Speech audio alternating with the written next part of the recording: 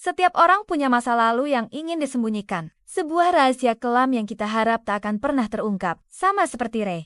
Sejak hari itu, desas-desus tentang Ray mulai menyebar di sekolah khusus perempuan tempat Dini belajar. Bisik-bisik di koridor. Semua membicarakan hal yang sama. Mereka bilang, Ray, cowok pendiam dari sekolah khusus laki-laki seberang, punya masa lalu yang bermasalah. Katanya, waktu SMP, dia terlibat dalam sebuah insiden serius. Rumor itu seperti racun.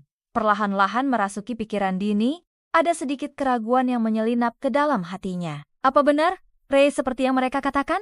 Namun, setiap kali melihat Ray dari kejauhan selalu sendirian, dikucilkan oleh temannya sendiri, hati Dini terasa perih. Ia tidak tega, rasanya tidak adil menghakimi seseorang hanya dari cerita yang belum tentu benar. Akhirnya, dengan keberanian yang ia kumpulkan, Dini memutuskan untuk melakukan sesuatu yang tidak berani dilakukan orang lain.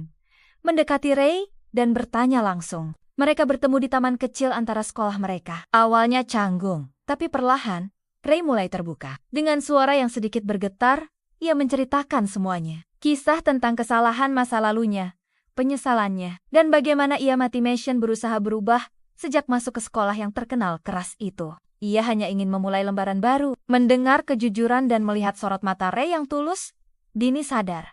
Rumor itu hanyalah sebagian kecil dari cerita yang sesungguhnya. Setelah mengetahui kebenaran itu, Dini tidak menjauh. Justru sebaliknya. Ia semakin ingin mengenal sosok Ray yang sebenarnya. Tapi, di saat yang bersamaan, dinding pemisah di antara mereka terasa semakin nyata. Perbedaan latar belakang, lingkungan pertemanan, dan ekspektasi orang-orang di sekitar mereka menjadi penghalang yang semakin jelas terlihat.